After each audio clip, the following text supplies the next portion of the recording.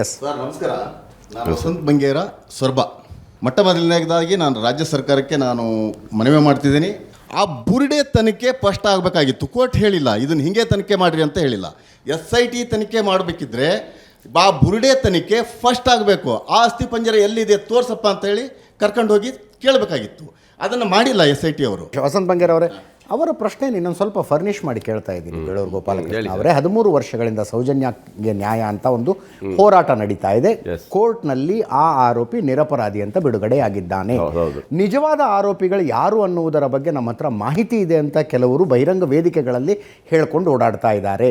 ಒಂದು ಘೋರ ಅಪರಾಧ ಸೌಜನ್ಯ ರೇಪ್ ಆ್ಯಂಡ್ ಮರ್ಡರ್ ಅನ್ನುವಂಥದ್ದು ಒಂದು ಹೀನಿಯಸ್ ಕ್ರೈಮ್ ಬಗ್ಗೆ ನಮ್ಮ ಹತ್ರ ಸಾಕ್ಷಿ ಇದೆ, ಮಾಹಿತಿ ಇದೆ ಅಂತ ಬಹಿರಂಗವಾಗಿ ಹೇಳಿಕೊಂಡು ಓಡಾಡ್ತಾ ಇರುವಾಗ ಅವರನ್ನು ಕರೆದು ಕೂಡಿಸ್ಕೊಂಡು ಏನು ಸಾಕ್ಷಿ ಅಂತ ಕೇಳಬೇಕಾದಂಥದ್ದು ಒಂದು ಸರ್ಕಾರದ ಜವಾಬ್ದಾರಿ ಅಲ್ವಾ, ಪೊಲೀಸ್ ಡಿಪಾರ್ಟ್ಮೆಂಟ್ ಜವಾಬ್ದಾರಿ ಅಲ್ವಾ?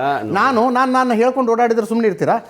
ಎಲ್ಲವಾ ಒಂದು ಬಾಂಬ್ ಬ್ಲಾಸ್ಟ್ ಆಗಿದೆ, ಅದ್ರ ಬಗ್ಗೆ ನನ್ನ ಹತ್ರ ಮಾಹಿತಿ ಇದೆ ಅಂತ ನಾನು ಹೇಳ್ಕೊಂಡು ಓಡಾಡಿದರೆ ಅವ್ನ ಪಾಡಿಗೆ ಅವ್ನು ಹೇಳ್ಕೊಂಡು ಓಡಾಡಲಿ ಅಂತ ಬಿಟ್ಟು ಬಿಡ್ತೀರಾ? ನನ್ನ ನೋಟಿಸ್ ಕೊಡಿ, ವಿಚಾರಣೆಗೆ ಕರೀರಿ. ವಿಚಾರಣೆಗೆ ನಾವು ಬರದೇ ಇದ್ರೆ ಒದ್ದು ಎಳ್ಕೊಂಡು ಹೋಗಿ ವಿಚಾರಣೆ ಮಾಡ್ಬೇಕು. ನನ್ನ ಹೀನಿಯಸ್ ಕ್ರೈಮ್ನ ಬಗ್ಗೆ ನನ್ನ ಹತ್ರ ಸಾಕ್ಷಿ ಇದೆ.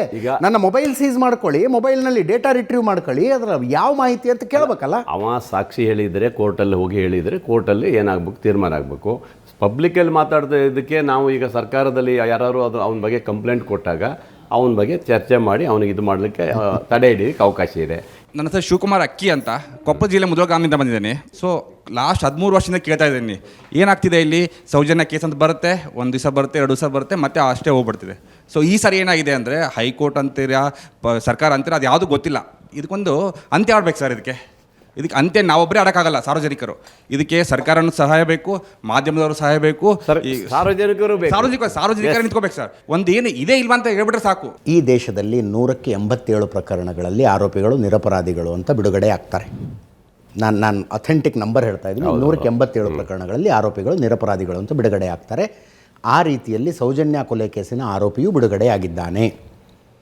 ಇದರಲ್ಲಿ ಬೇರೆ ಆರೋಪಿಗಳಿದ್ದಾರೆ ಅನ್ನುವುದು ಅವರ ಕುಟುಂಬಸ್ಥರ ನಂಬಿಕೆಯಾಗಿದ್ದರೆ ಅವರು ಕೋರ್ಟಿಗೆ ಬರಬೇಕಾಗತ್ತೆ. ಅಂಡರ್ಸ್ಟ್ಯಾಂಡ್? ಅವನಲ್ಲ ನಮ್ಮ ಮಗಳನ್ನು ರೇಪ್ ಆ್ಯಂಡ್ ಮರ್ಡರ್ ಅವನು ಮಾಡಿದ್ದಲ್ಲ, ಇಂತಿಂಥವರು ಮಾಡಿದ್ದಾರೆ, ಅದಕ್ಕೆ ಸಂಬಂಧಪಟ್ಟ ಸಾಕ್ಷಿಗಳು ಇಲ್ಲಿದ್ದಾವೆ ಅಂತ ಕೋರ್ಟಿಗೆ ಬಂದು ಒಂದು ರಿಟ್ ಅಪ್ಲಿಕೇಶನ್ ಹಾಕಿಸ್ಬೇಕು. ಅದನ್ನು ನೀವು ಮಾಡೋದಕ್ಕಾಗೋದಿಲ್ಲ.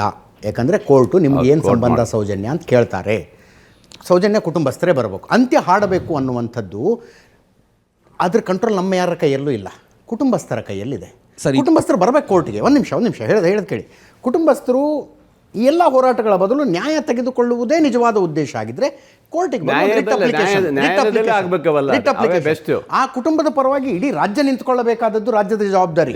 ಪಕ್ಷಾತೀತವಾಗಿ, ಧರ್ಮಾತೀತವಾಗಿ ನಾವೇನು ಮಾಡ್ತಿದ್ದೀವಿ ಎಲ್ಲವನ್ನೂ ಬಿಟ್ಟು ಆ ಕುಟುಂಬದ ಪರವಾಗಿ ನಿಂತ್ಕೊಳ್ಳಬೇಕಾದಂಥದ್ದು ಜವಾಬ್ದಾರಿ. ನಾನು ಮೊನ್ನೆ ಎಲ್ಲೋ ಹೇಳಿದೆ, ನಾನು ₹1 ಅಡ್ವೊಕೇಟ್ ಫೀಸು ಕೊಡಬೇಕಾಗಿಲ್ಲ. ಅವರು ಈ ದೇಶದ ಅತ್ಯುತ್ತಮ ಅಡ್ವೊಕೇಟ್ಗಳನ್ನು ಕರ್ಕೊಂಡು ಬರೋಣ, ಅದಕ್ಕೆ ಅತ್ಯುತ್ತಮ ಅಡ್ವೊಕೇಟ್ಗಳನ್ನು ಕರ್ಕೊಂಡು ಬರೋಣ. ₹1 ಫೀಸ್ ಕೊಡೋದು ಬೇಡ. ಹೈಕೋರ್ಟ್ನಲ್ಲಿ ಒಂದು ರಿಟ್ಟು, ಇಂತಿಂಥ ಕಾರಣಗಳಿಗಾಗಿ ನಮಗೆ ಈ ಕೇಸಿನ ಮರುತನಿಖೆಯಾಗಬೇಕು ಅಂತ ಒಂದು ರಿಟ್ ಸಲ್ಲಿಸೋದಪ್ಪ. ಎಸ್, ಒಂದು ನಿಮಿಷ. ನನ್ನ ಹೆಸರು ಪಾಲಾಕ್ಷ ಅಂತ. ನಾನು ಹೇಳ್ತಾ ಇರೋದೇನೆಂದರೆ, ಇವಾಗ ಧರ್ಮಸ್ಥಳದಲ್ಲಿ ಇದೆಲ್ಲ ನಡೀತಾ ಇದೆ. ಧರ್ಮಸ್ಥಳದಲ್ಲಿ ಯಾರು ಏನೂ ಮಾಡೋಕ್ಕಾಗಲ್ಲ. ಧರ್ಮಸ್ಥಳ ಮಂಜುನಾಥನ ಯಾರು ಏನೂ ಮಾಡೋಕ್ಕಾಗಲ್ಲ. ನನಗನ್ನಿಸ್ತಾ ಇರೋದು ಹುನ್ನಾರ ಏನು ಅಂದರೆ, ಲೆಫ್ಟಿಸ್ಟ್ಗಳು ಅಂದರೆ ಎಡಪಂಥೀಯರು ಬಂದು ಗೌರ್ಮೆಂಟ್ ಹತ್ರ, ಮುಖ್ಯಮಂತ್ರಿ ಹತ್ರ ಬಂದು ಧರ್ಮಸ್ಥಳವನ್ನು ಏನಾದರೂ ಮಾಡಿ ಧರ್ಮದತ್ತಿ ಇಲಾಖೆಗೆ, ಮುಜರಾಯಿ ಇಲಾಖೆಗೆ ತಗೋಬೇಕು ಅಂತ ಏನಾದ್ರು ಹುನ್ನಾರ ನಡೀತಾ ಇದೆಯಾ ಅಂತ. ಇದನ್ನು ಮಾತ್ರ ತಗೊಳ್ಳುವಂಥ ಪ್ರಶ್ನೆನೇ ಇಲ್ಲ. ಯಾಕಂದರೆ ಇದು ಅವರ ಹಿಂದಿದ್ದಲೂ ಕಟ್ಕೊ ಬಂದಿರುವಂಥ ಅವರ ಕ್ಷೇತ್ರವನ್ನು ಭದ್ರ ಮಾಡಿಕೊಂಡು ಇಲ್ಲಿವರೆಗೆ ಬಂದಂಥವ್ರು ಮತ್ತು ಕ್ಷೇತ್ರವನ್ನು ವ್ಯಾಪ್ತಿ ಬೆಳೆಸಿರೋದು ಮಂಜುನಾಥ ಕ್ಷೇತ್ರವನ್ನು ವೀರೇಂದ್ರ ಹೆಗ್ಡೆಯವರೇ. ಆ ಕ್ಷೇತ್ರವನ್ನು ನಾವು ಸರ್ಕಾರ ತಗೊಳ್ಳುವಂಥದ್ದು ಮೂರ್ಖತನ ಆಗುತ್ತೆ. ನಾವು ಯಾವತ್ತೂ ತಗೊಳ್ಳಿಕ್ಕೆ ಹೋಗೋದಿಲ್ಲ. ಅಂದರೆ ಅಕಸ್ಮಾತ್ ಸರ್ಕಾರದ ಪ್ರಯತ್ನ ನೀವು ವಿರೋಧ ಮಾಡಿ, ಸಚಿವರೇ ಹೇಳಿದ್ದಾರೆ. ನಾನು ವಿರೋಧ ಇರ್ತೇನೆ. ನಾನು